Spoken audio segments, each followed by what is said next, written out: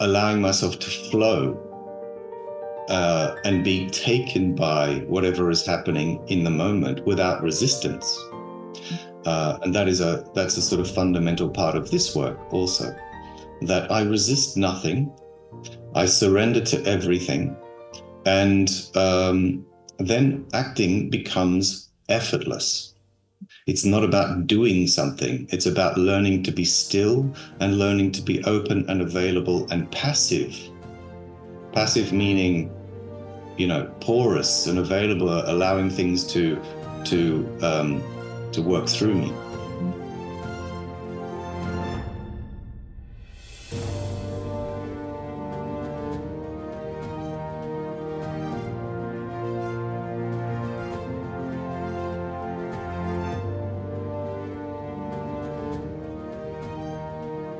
Andrei, it's so great to meet you. Great to meet you too. Thank you for inviting me. No, it's a great pleasure. Where are you at the moment? Because you're traveling between Vienna and the UK. Yeah, I'm in Vienna right now. I just came back from London so a few days ago, so I'm back in Vienna. I hope this background is okay because it's the only place in my apartment I've got right now to do this. No, that's fine. That's wonderful. It's so minimalistic. Yes, yeah. Well, not intentionally so. I'm still in the process of organizing the apartment, so I'm kind of it's still a bit bare at the moment, but I'm getting there. Mm-hmm. Okay.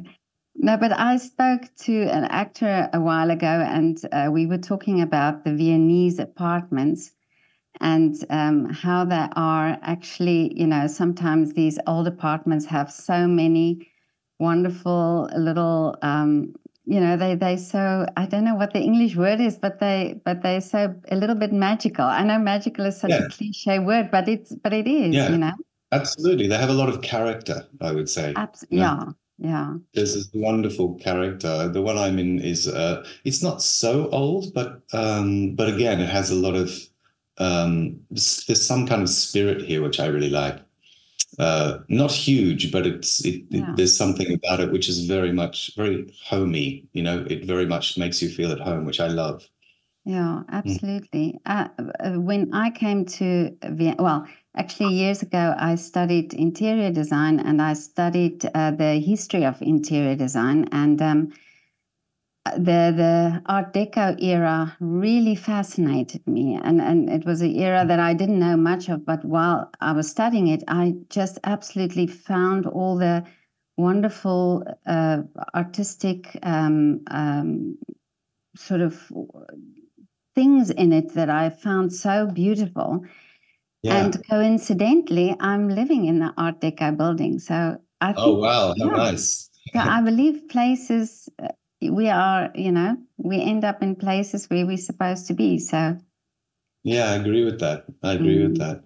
And I do love the architecture, in this city. I mean, it's very different from the UK. I do like the UK's architecture as well, but of course in Europe it's very different. Obviously, it's a very obvious thing to say, but there's a certain kind of energy in it which is very different from the energy in UK, for example, buildings and architecture. I mean, I lived in Poland for many years also, and that again has its own unique kind of feel, unique kind of spirit in terms of the place itself and the architecture and the way buildings are kind of aligned, the way they come together. It's really interesting, actually, that creates the energy of a place also, which is really fascinating. Yeah, and exactly that what you're talking about now, because a lot of people, a lot of artists are really attracted to Vienna. Yeah, not surprisingly. Yeah, because I think it does have that sense of energy about it, that sense of creative energy, which attracts a lot of people, and it makes it a really interesting place to live. Yeah.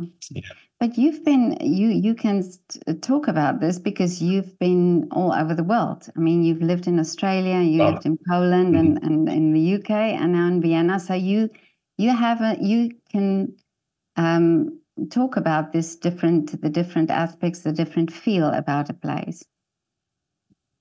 Yeah, I mean, I was born in Australia, but I left, when I was quite young still.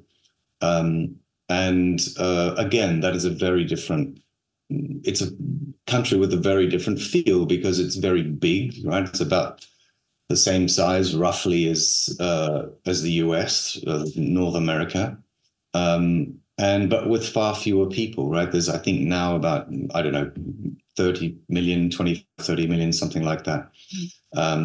And it has a very different energy, a very different feel about it. It's very hot for a start. Yeah. And there's a lot of space. And that sense of space actually produces a particular energy, and it allows people, it sort of influences the way people are in their lives, right? It influences their personalities, it influences culture. The sense of space, it's very different from, say, New York City, which is tightly crammed with, millions of people, and all of the architecture mostly is upwards, it's vertical.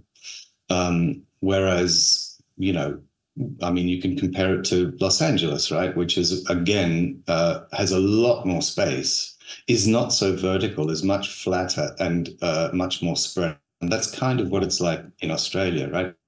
Things like are spread South out. Africa. Yeah, I understand that, right. because it's like South Africa. Right. Yeah. Right. And it does affect people's energy, people's personalities, the way people are, the way they react to each other, right? Right down to the volume of voice, which is a strange thing. No, I wanted to say now, this is true. Yeah, that, there is a tendency when there is, look at people who live in the mountains, right? When you look at people, singers from mountain cultures, it tends to be much more sort of visceral, open-throated, higher volume singing. And, logically, you might say, well, it's that they're calling from one mountain to another, right? But there's something about the altitude, there's something about the distance, there's something about the way people are spaced out from each other that kind of influences and produces this particular sound, which is, I find, really fascinating.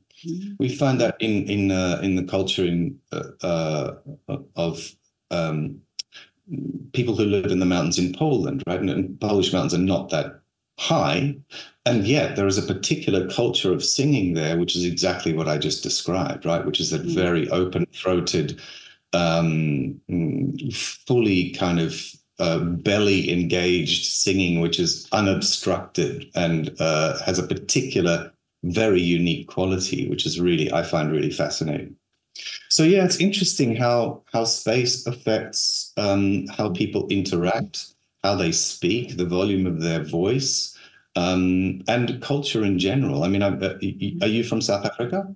Yeah, I'm from South Africa, but I have to tell you that I have to tell my mum that you said this, because my brother-in-law, he talks very loud, but he grew up on a farm, and we always said jokingly, it's because of that, because if he calls somebody on the farm, it's usually by shouting. Right. And in a conversation, he talks very loud, and we jokingly said it's because he's from a farm. But it's true what you're saying. It's like that. Interesting. Yeah, it's really fascinating. It's really fascinating. And the African singers as well. The traditional African singers, they have exactly that, what you're talking about. Really coming from the soul almost. Yeah. Absolutely. Yeah, it's really interesting. It's really interesting.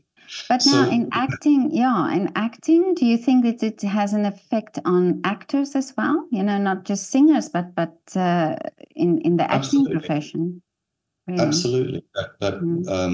The culture we grow up in obviously affects the art that gets made also, because we can't divorce culture from art, obviously, and we can't divorce the culture we grow up in from the kind of actor that we become, which is not to say that we don't change. Of course we do, but we carry the imprint of our backgrounds with us, and that's what makes actors unique. And within that culture, of course, you have many variations, right? It's not that everybody is the same. That would be crazy. But there is a certain kind of, like I say, imprint that is the starting point for each one of those actors. And how that creatively manifests later, we don't know, right? But I'm just saying that there is a sense that we sort of bring our pasts with us, and not just our immediate past, right? But our ancestry and the collective unconscious and everything that influences us, which is in large part recognized in the work that we do in this Demidov work, right? Something that Demidov was very aware of, that we are influenced by forces greater than our conscious minds can even grasp or hold on to. And that this is the seat of our creativity in the subconscious, is the seat of our creativity. And that, I actually believe that all artists create out of the sense of stillness and silence through which something is working, which is greater than us. It's still us, right? But when I say us, I mean the sort of defined us that we take ourselves to be. So this is a sort of fundamental, it's not really a principle, but it's a fundamental kind of part of the work that we do, is that from the very beginning, from the first day of training, the actor is taken straight to the subconscious, which makes this work very different from every other approach to acting. And we perhaps a little bit arrogantly believe that it is a revolution in actor training because it looks at the world very differently, the world of acting very differently. It looks through a different lens, different prism. And it is focusing on, first of all, freedom and spontaneity, giving ourselves freedom to surrender to what comes up, and reinforcing the faith in the actor's own talent, rather than trying to tear the actor down and rebuild them, which is a crazy notion, which even to this day still goes on in many drama schools, right?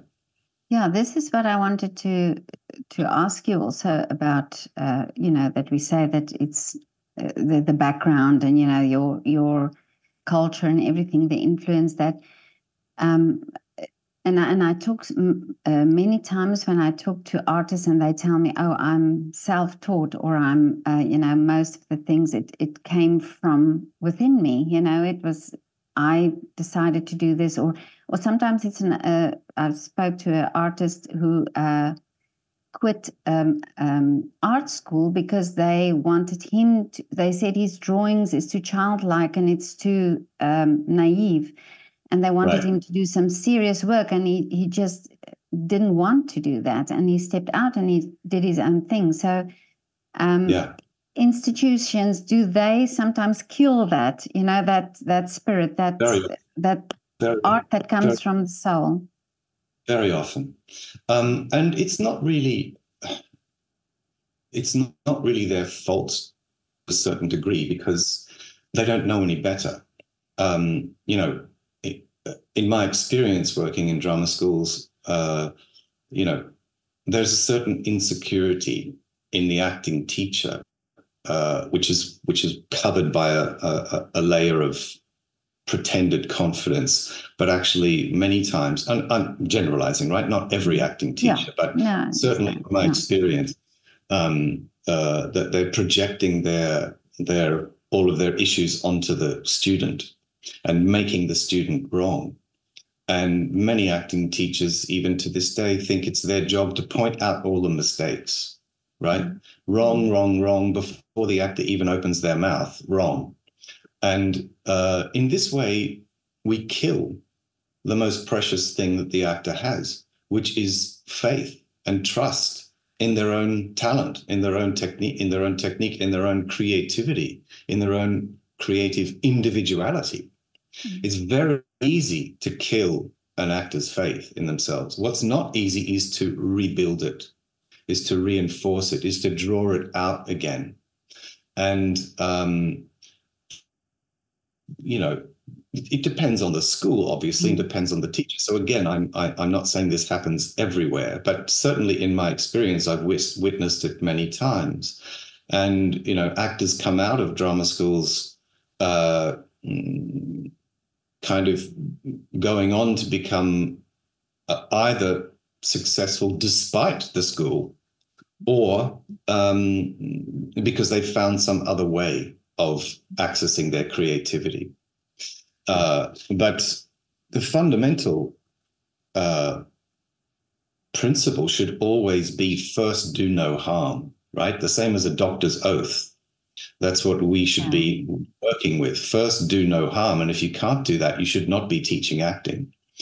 And because it's a very delicate, creative endeavor.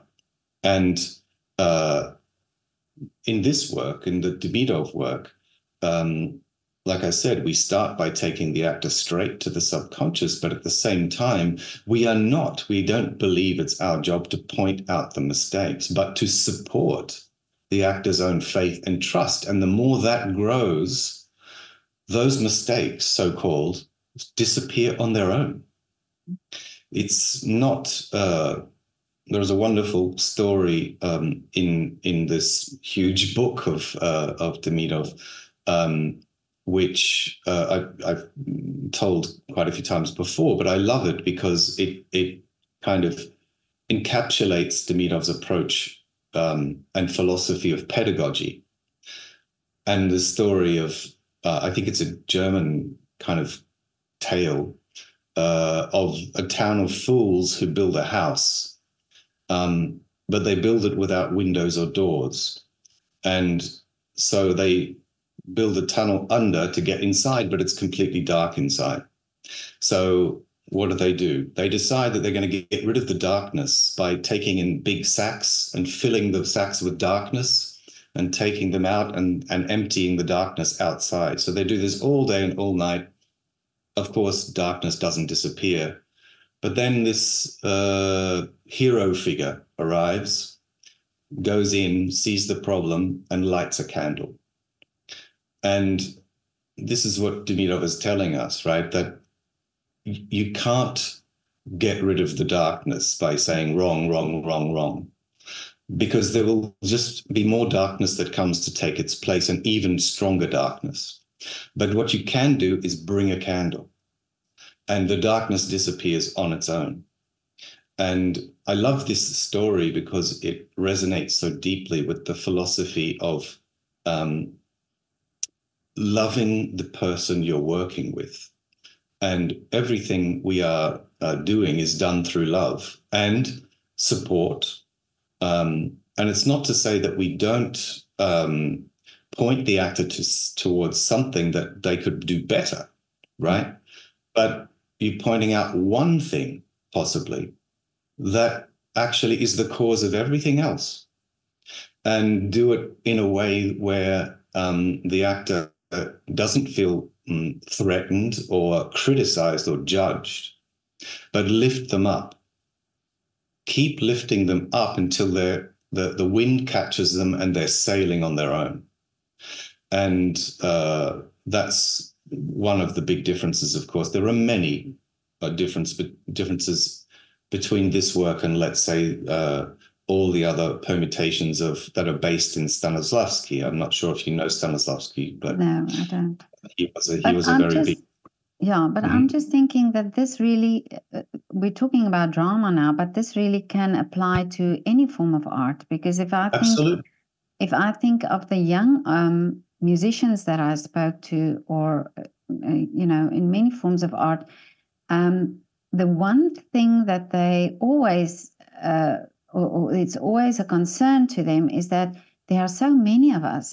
And the industry is so filled with musicians or filled with pianists. How do I do my thing? And I think it comes back to this, that you're saying that it's also from the educational institution where they need to be valued, and they need to understand their value to be able to go out into the world and be that artist, that specific artist, because like you say, you've got the background. There's so many factors that make you them so unique, you know, and they need to understand that. Yeah. And we come back to the question, why do you want to be a musician? Why do you want to be an actor? Is it because you want a job, or is it because it's your passion and it's what you want to do? We don't, in this work, we are not preparing people for an industry. That happens as a byproduct of doing the work, right? First of all, focus on who you are, discovering who you are as an artist. You, not him or her, you, your individual voice. And everything flows from that. But sadly, in the culture we live in, mostly, we look through the wrong end of the telescope, right? It's about how do I give me something to make me successful quickly. Well, do the work first, and everything follows from that. But if you're looking, first of all, you know, at I want to be a famous actor. Well, okay, you know, there's no judgment there, but I think you're going to find that it's a very rocky path, and you might do it, you might not. But I always come back to that fundamental question: why do you want to do this? Mm-hmm. And if it's through a love of it, then follow that love, follow it wherever it goes, and work. Explore who you are as an artist and do the work. And what flows from that work is everything else, right? It's not in my hands. It's not in my hands. It's like going into an audition. If you go into an audition wanting a job, you're getting in your own way. If you go into an audition trying to second guess what they want, and trying to please, again, you're getting in your own way. You're interfering. If I go into an audition thinking of it as an opportunity to show my work, to show what I do, and whether you like it or not is not up to me. That's out of my hands. Whether I get the job or not is not up to me. So why should I worry about that? It's an opportunity to show what I do. It's an opportunity to show my work. And when you think about it that way, you are not giving away your artistic integrity. I'm not talking about being arrogant, right? No, I understand exactly what you mean. Yeah. Then it's a different view of the world.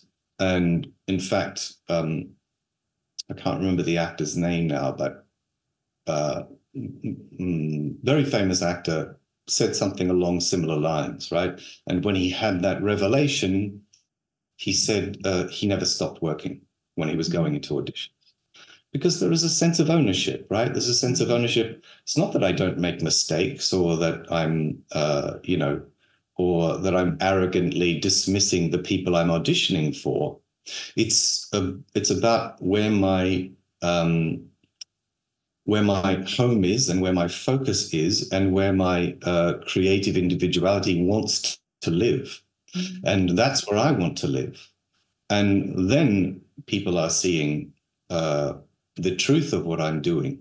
And whether they hire me or not, it's not my business. I might need the job, right? But if that's where my focus is when I go into the room, they can read that. They can sense it. Well, yeah, do you know, a while ago, probably a year or so ago, I spoke to a young opera singer, and she said, and I always remember this because I found it for her at that age, that she realized that. She said she goes into an audition, she prepares, and she enjoys the preparation for it, and then she goes and auditions, and if she doesn't get the part, she always thinks, well, I've had this opportunity to learn the work, to learn this piece of work or whatever, and then she sees it that way. And I thought, wow, that's amazing, because now you don't put that pressure on yourself to think, right, I have to get this part. Right, exactly. And and you go in, you do your work. It's a wonderful opportunity to show what you do and what you've been working on, and then you walk away. And the rest of it is not up to you. I might get it, I might not, but that's a wonderful attitude by that musician, right? That it's been a great opportunity for me to work on a piece of music or work on a piece of text and to facilitate my creative process, and a great opportunity that these people are providing me with to go into a room and show my work, and then I walk away.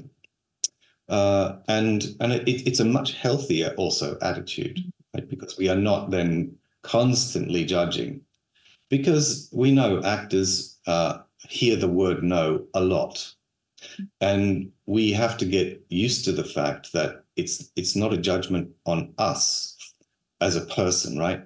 Or it's not a judgment on our talent. It may just be that they were seeing something different that they wanted for that particular part, and that's fine. But that's not up to me. It's completely out of my hands, so why should I worry about it? But does it also come back to then the fact that the value that the actor puts on himself or herself, that reflects then? Yes, well, it can do. I mean, again, we come back to the thing that we started with about the actor's faith or the artist's faith in their own talent. And that when we learn that we are surrendering to something larger than ourselves, let's say, then we realize that it's not about my ego or my personality, right? That it's the faith to leave myself open and allow something to work through me, so that sort of sense of judgment or criticism or whatever, we sort of become bulletproof in a way, because it's not about my small ego or my small personality. That what I'm opening myself to are forces much larger than myself that I'm allowing to work through me. So how can I be offended by, do you see what I mean? How can I be offended by any criticism? It's not me, it's not my ego. And I always say, that acting is not an egotistical, pursuit.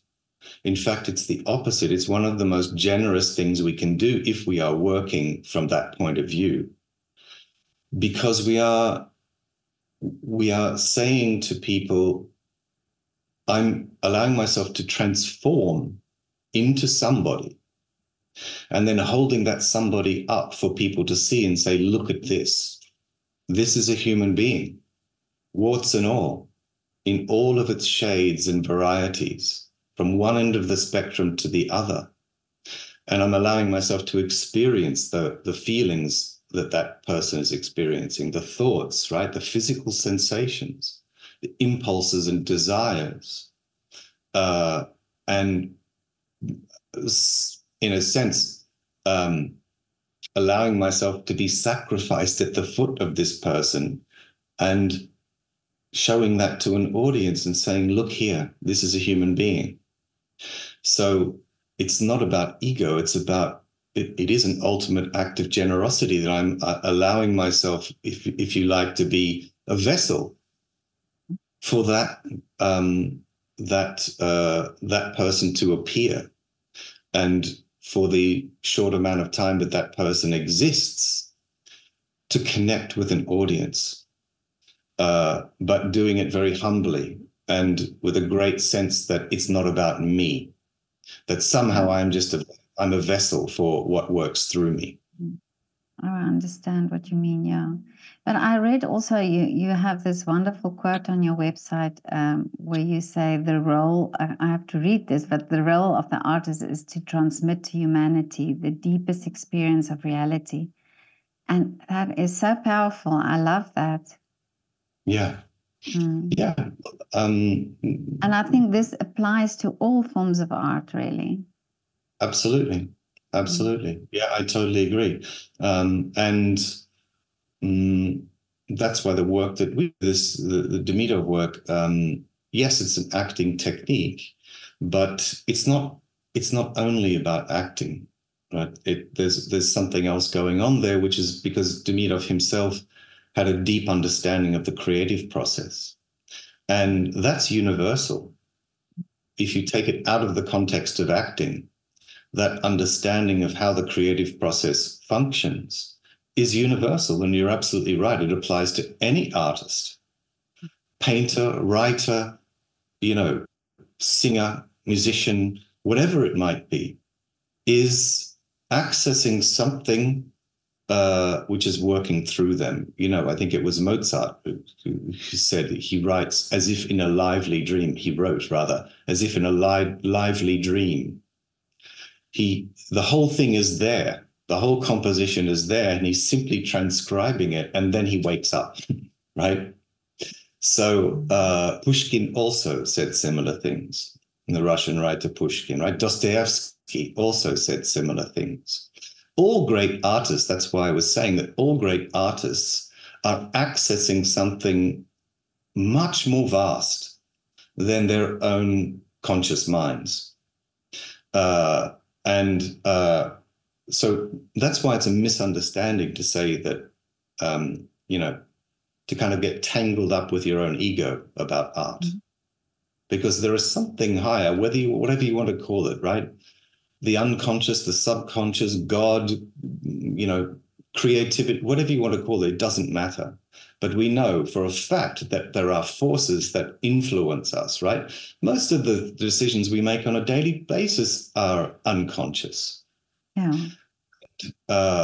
We think we walk around in the world making choices all the time, right? But things arrive to us, and either we surrender to them or we don't. So that's our training in this work, is to learn to surrender to the first urge, to the first impulse, the first reaction that comes to us, because that contains the kernel of the truth. It's exactly what I meant to say. It's exactly what I meant to do. And of course, in life, we very rarely surrender to anything fully. Yeah. Right? Whether it be despair or joy. When was the last time we fully surrendered to joy? And it's I'm not saying it's wrong, right? It's natural, it's cultural, it's the way we exist in the world.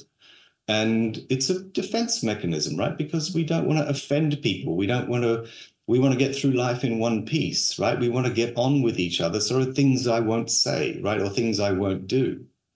So it's understandable. However, for an artist, that's not so useful, to be constantly putting the brakes on, rather than opening myself and allowing myself to surrender fully to everything that comes to me, right? Because on stage or on film, I don't want to get through the play in one piece, right? If I'm playing Hamlet, I want to feel the fullness of that passion and anger and rage and love and hatred, or whatever it might be. Fully experience it. Otherwise, I'm not Hamlet, right? I'm somebody pretending to be Hamlet from the street. So we've kind of lost that ability to surrender fully to things that arrive to us. And so our work is very much not about learning to do something, but learning not to do, actually. Learning to let go. Mm-hmm. And in this way, there is a sort of, I see this connection in this work with the Taoist concept of Wu Wei, right? Or effortless action.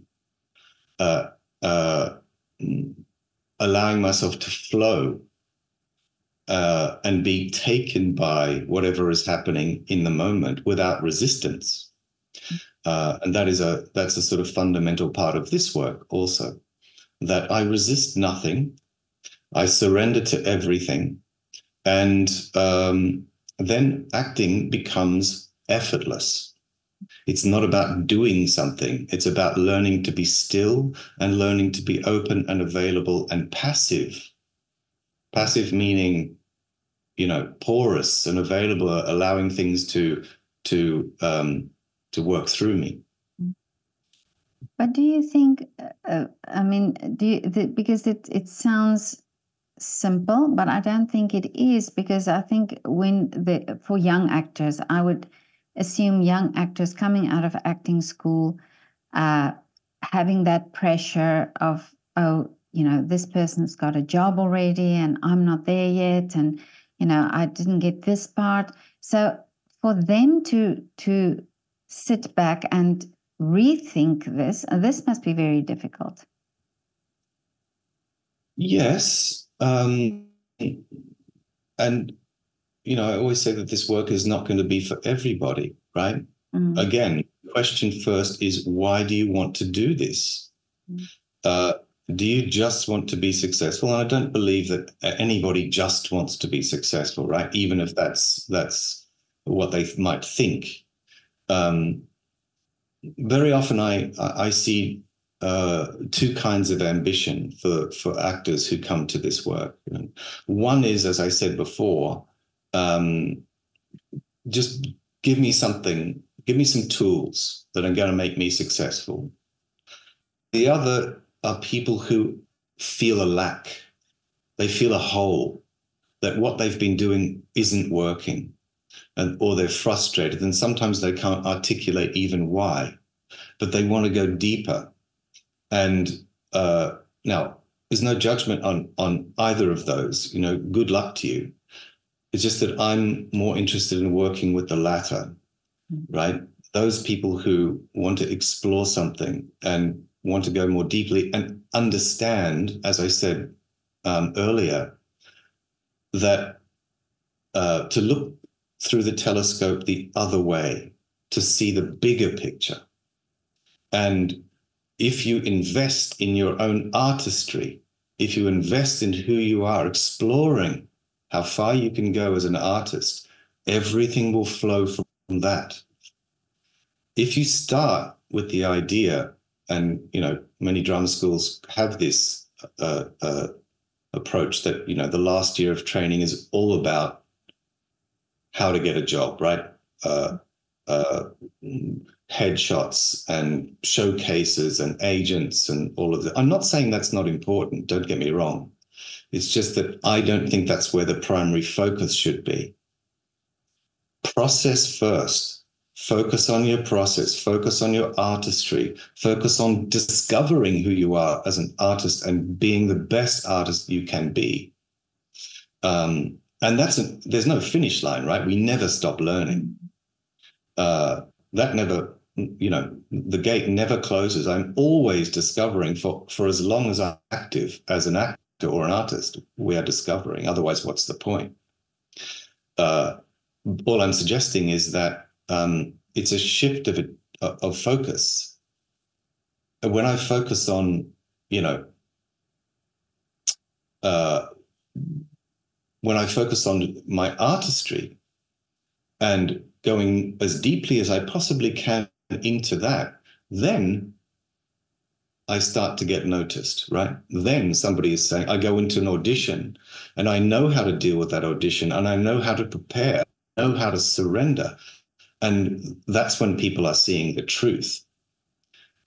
If I'm preparing myself and I don't even know who I am as an artist, and I'm constantly preparing myself just for auditions, or I want to get an agent, or I want this or that, okay, it might or it might not. And good luck to you if it does. All I'm suggesting is that I feel culturally we are looking through the wrong end of the telescope.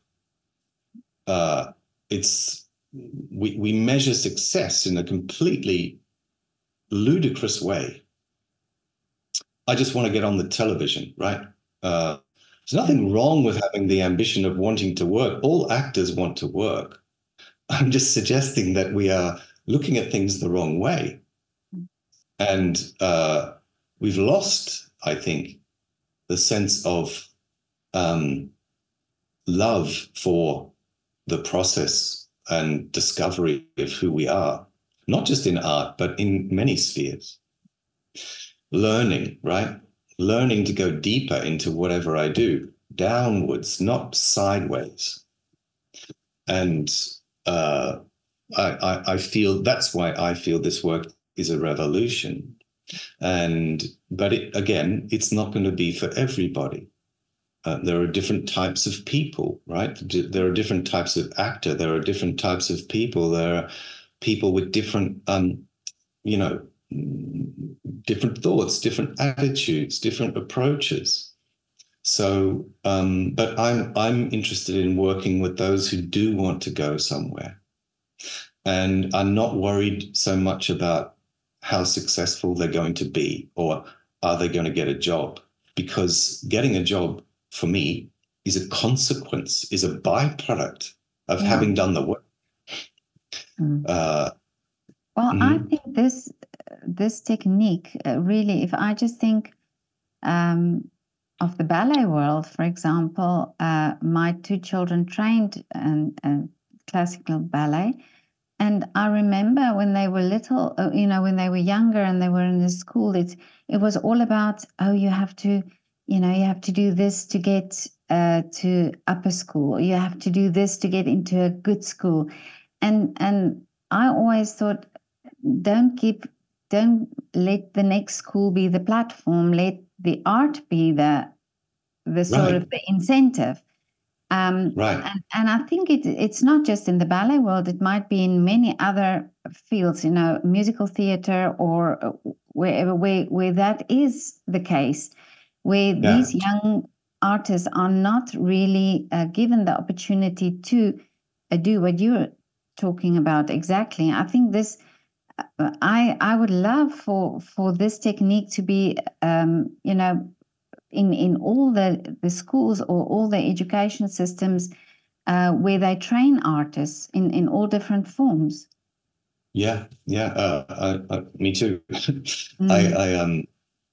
Because I see the results, right? I see that it works, and I see that, I see that also that Demidov understood. I mean, he was.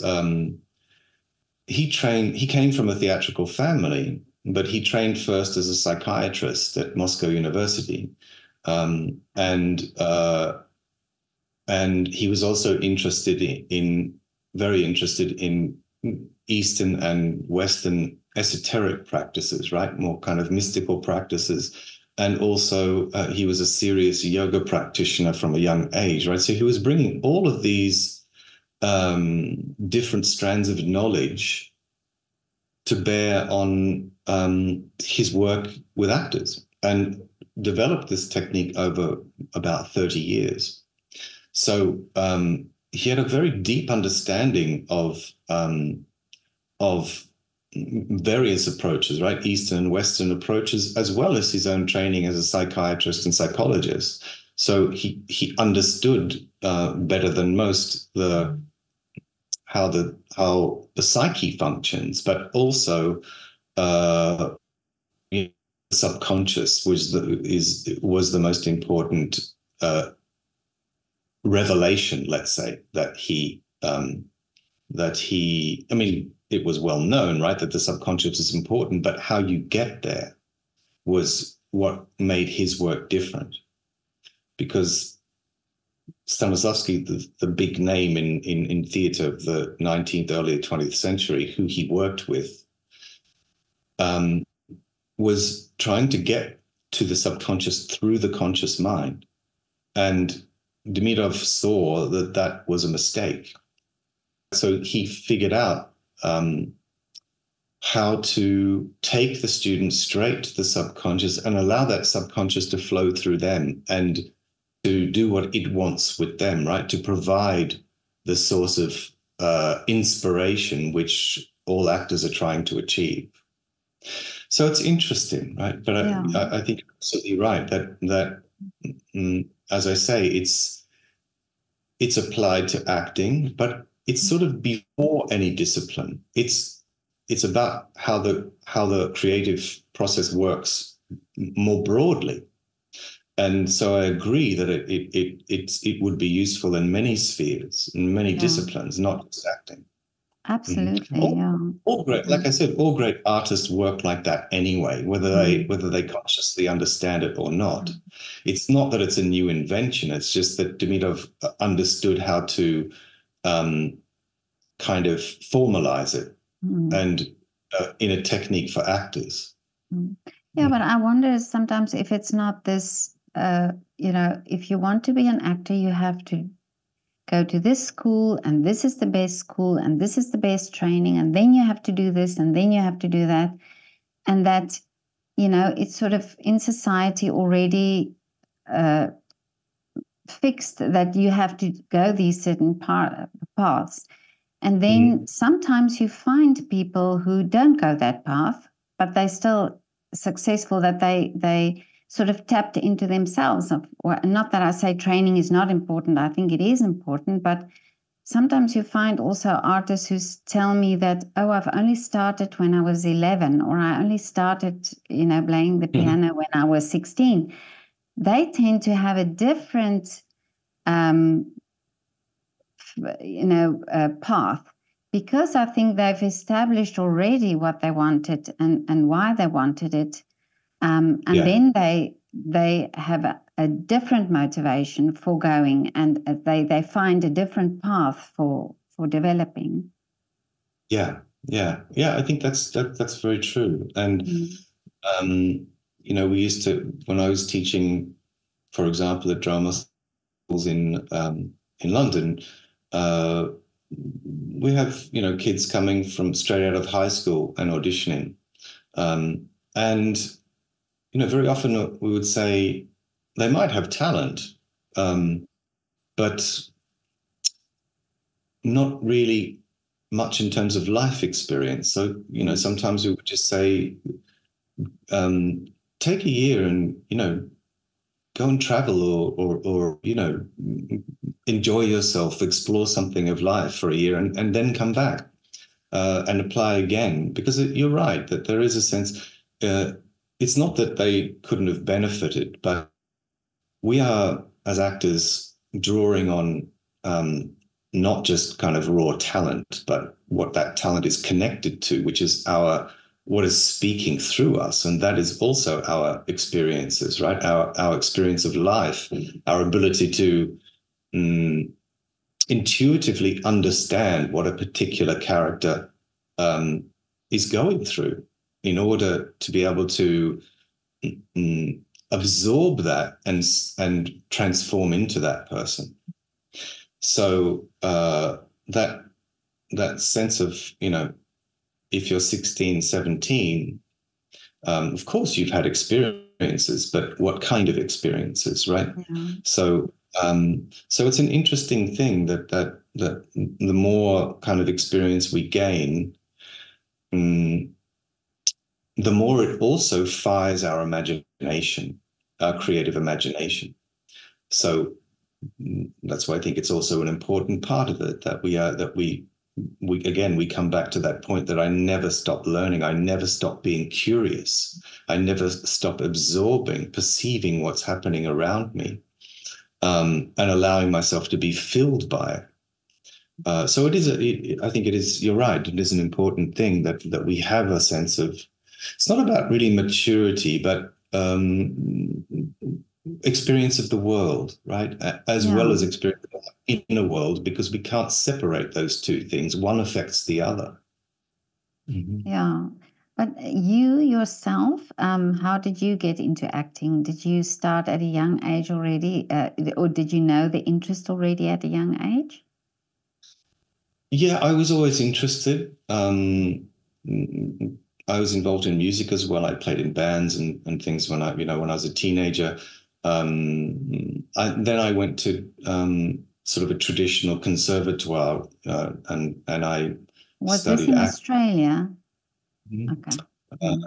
First in Australia, yeah, and studied acting and then directing. I studied directing, but then I went to Poland and I worked for many years in a particular kind of work there, trained and then worked in companies as an actor in Poland for quite a few years. But now And you then have to first tell me how from Australia to Poland. What took you there? And what about the language? Well, my father was Polish. Oh, okay. Okay, that makes But sense. Yeah. he went to Australia after the war, and so it was, for me, it was a sort of two-pronged thing. One is that, I was exploring my roots, Yeah. but also I was always very attracted to this particular kind of work, that was that Poland was, let's say, famous for. Okay. So I went there and kind of trained also in this work, and then was working in various companies there. And then I, excuse me, and then I moved back to the UK, and was, teaching in drama schools. I was directing there. I had a theatre company in London for a while, and I was teaching in various drama schools. But then I encountered this Demidov work, right, and that sort of changed everything for me. Really? I was introduced to it by my teacher, Andrei Biziorek, who's a Russian acting teacher director based in the States, the US now. And he introduced me to this. When I became very frustrated, I reached out to him because he had written a book on a different artist. But I was very frustrated. I felt like I was hitting my head against a wall, because in the teaching of acting, I was bringing together various aspects, trying to find my way, right? From my more traditional training to this work I was doing in Poland, and trying to find my own way intuitively through that. But I was very frustrated with why it was so accidental, meaning why did sometimes students connect and sometimes not? Sometimes find inspiration and sometimes not. And as I say, I was very frustrated, and so I reached out to Andrei, and he said to me, "Look, you should take a look at this guy, at Demidov." And when I encountered it, it was like someone turned on a light in a dark room, and it changed everything, because it was everything I was trying to do myself, but somebody had already gone down that path, and really blazed it very thoroughly. And I just felt like I'd come home. So, so, I trained then with Andrei, and we owe him a great gratitude, because he was the one who basically revived this technique.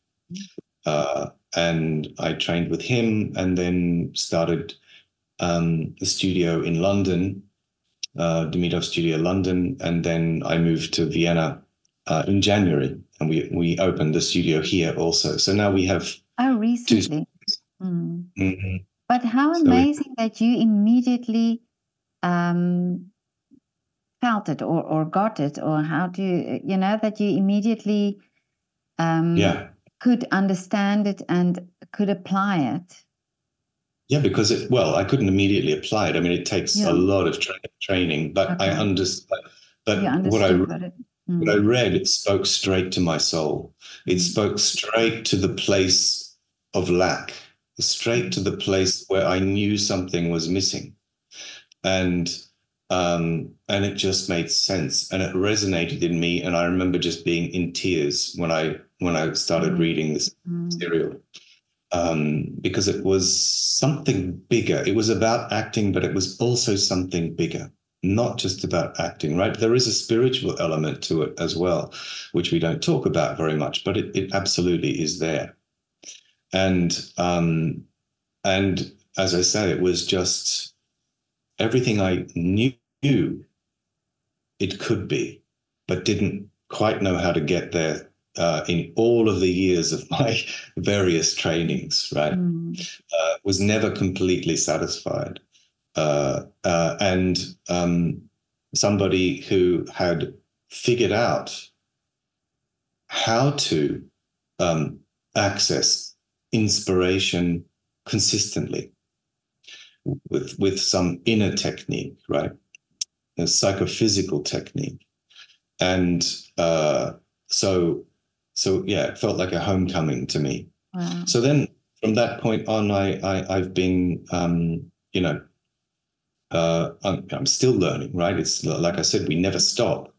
But the process has been very satisfying, and it's slow growing because not many people, you know, even to this day have heard of Demidov, and there's reasons for that, right? Political reasons. But it's growing slowly now. More people are. When I first started, you know, I was trying to, you know, I was calling actors saying, "Hey, do you want to come do a workshop in this thing you've never heard of?" Oh yeah. And you know, I would get 5 people to come, and you know, so it was a lot of hard graft to get a start in London. But then slowly are people in the industry, are they skeptical about things like that? Or do you know, is it because it's different that they sort of scared to try it? Yes. Yeah. Not actors so much. Okay.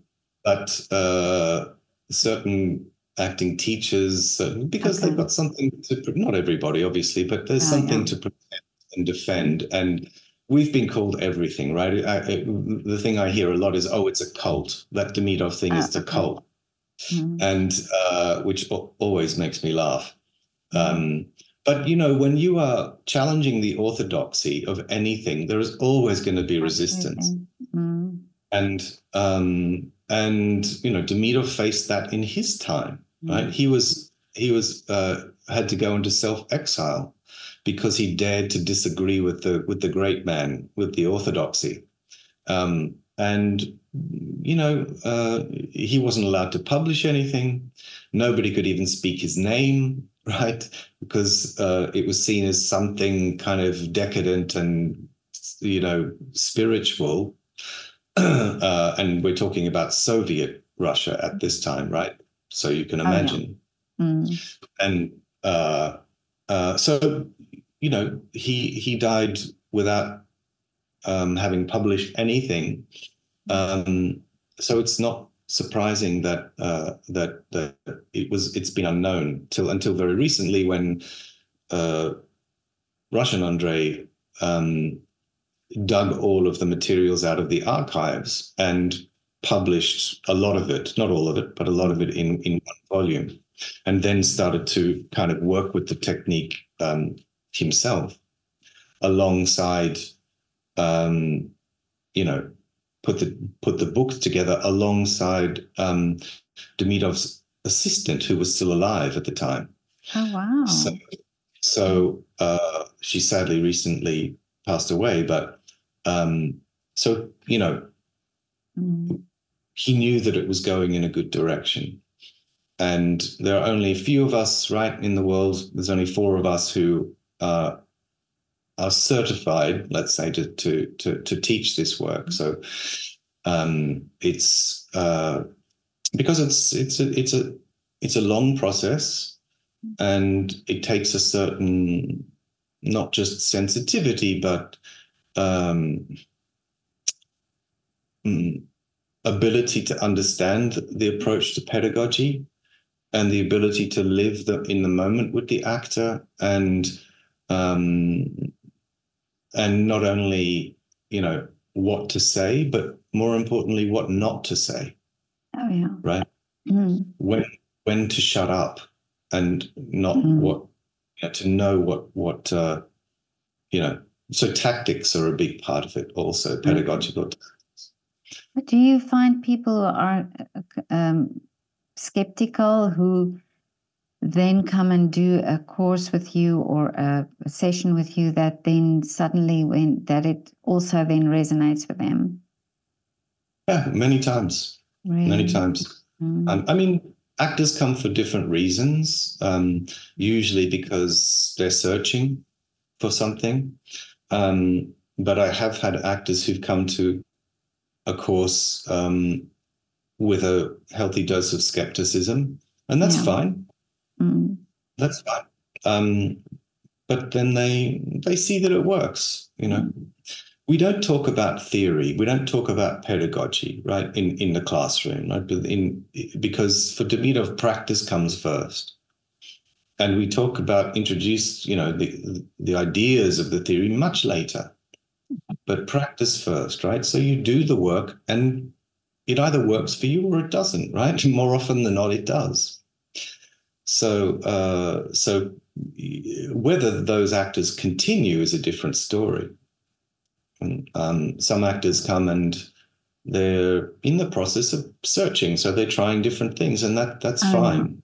That's fine. So that they will land on what's right for them. And I always say that I'm not, it's not my job, and I don't want to denigrate any other approach. If it works for you, then wonderful. You should do that. Then you don't need us, right? You don't need this work. Yeah, amazing that you have that. Yeah, so you're not persuading somebody. You just say, this is what we have, and this is how it works. It's my job to do that. I like people that. will come or they won't come.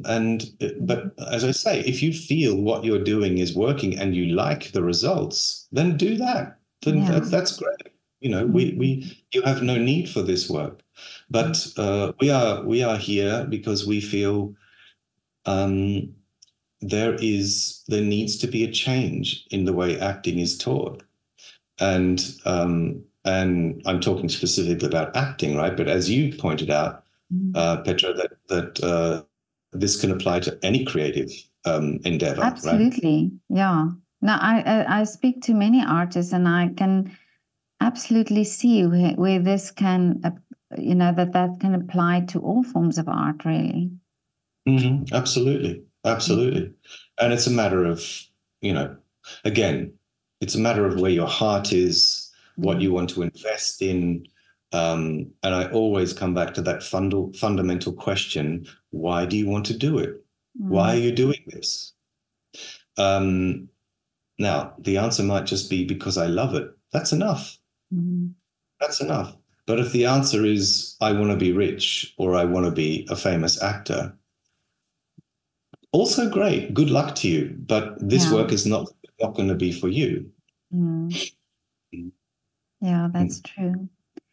But Andrei, what are the wishes for you for the future? Where would you like the Demidov,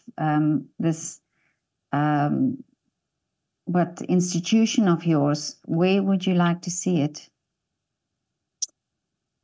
Well, I mean, I don't have any grand plans for conquering the world, but I would like, my mission really is to get this work as widely known as possible, and to invite as many people as want to do it to do this work, those people who connect with it, right? As I've said already a few times, it's not going to be for everybody. I'm under no illusions that there's only ever going to be the Demidov technique. Oh, yeah. However, it is growing organically, this work. More people are hearing about it. Actors are, it's growing through word of mouth, and more people are coming to it. More people are attracted to it because they feel something is missing. And those are the people we want to appeal to, right? At the moment, so there was a lot of interest here in Vienna through also the hard work of my partner in crime here in Vienna in the studio, right? Thomas Weilharter, who's done a lot of work to establish the studio here. And so we decided to, because I was coming to Vienna from London very often to run intensives, and the interest just, there was so much hunger that I said, okay, let's open a studio. So we did that. So I'm based in Vienna, but I sort of straddle two cities because the London studio is still operational. So I'm traveling back on average once a month to run the work there, because there's no one else, unfortunately, who can teach it, right? So I'm in between the two cities. And, I have a colleague who I trained with who has Demidov Studio Athens in Greece. And we are in constant contact.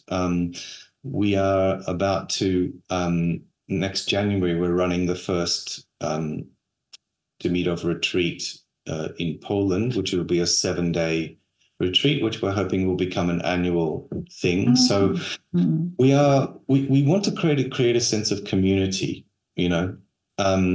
for people who are interested in this work and for people who are disillusioned with other ways of working, and who want to have that space of community, which is very important for me, right? That it's not, because this is not just a job for me. I feel like it's a calling, and eventually I would like to have a group of actors who are thoroughly trained in this work, where we can create an ensemble of actors and start to make work. And then we can point to it and say, here, this is it. This is the work. I have also what we call a lab group of actors in London, and we're just starting one here, which is for actors who are really interested in going further into the work, where we meet regularly, right, outside the courses of the studio. So it's basically a research space where we are investigating the work more deeply. So that's happening as well. So there is a lot happening. Amazing. And we just want to extend the hand of this work to whomever would like to to come and try it, and to explore them, who they are as artists. Yeah, and because you understand what that meant to you, so there must be people also who are looking for that something, that they want that hole to be filled. Many people. What I just said to you about feeling like it was a homecoming, I hear that so often from actors. Really? Yeah. We recently, had a launch party here in Vienna, and it's very touching to hear from actors what the work means to them. Not just about as an acting technique, but there's something else they connect with that opens who they are as human beings, right? Because the work doesn't stop when you leave the studio, right? You start to perceive the world differently. You start to encounter people in a different way with more of a sense of openness. And that's a tiny fraction, right? But just to give you an idea, that there is, it touches people in a way that is very humbling for me, and but also very touching. And that's also, I think, why I love this work so much, because, as I said, it's not just a thing. It goes beyond that. It's about what it means to be a human being, and how and the potential that we have as human beings, not just as performers, but as human beings, to open ourselves to something bigger than our egos. Well, I really hope and I wish that other artists, not just actors, that they can also find exactly the same in with this way of looking at art and this way of working in art and their art form, and what they are doing. So musicians or dancers, that would be amazing if they could also explore it and see what that brings them, in their field. Well, it's interesting. I've worked with people from different fields. In London, there was an Indian woman who is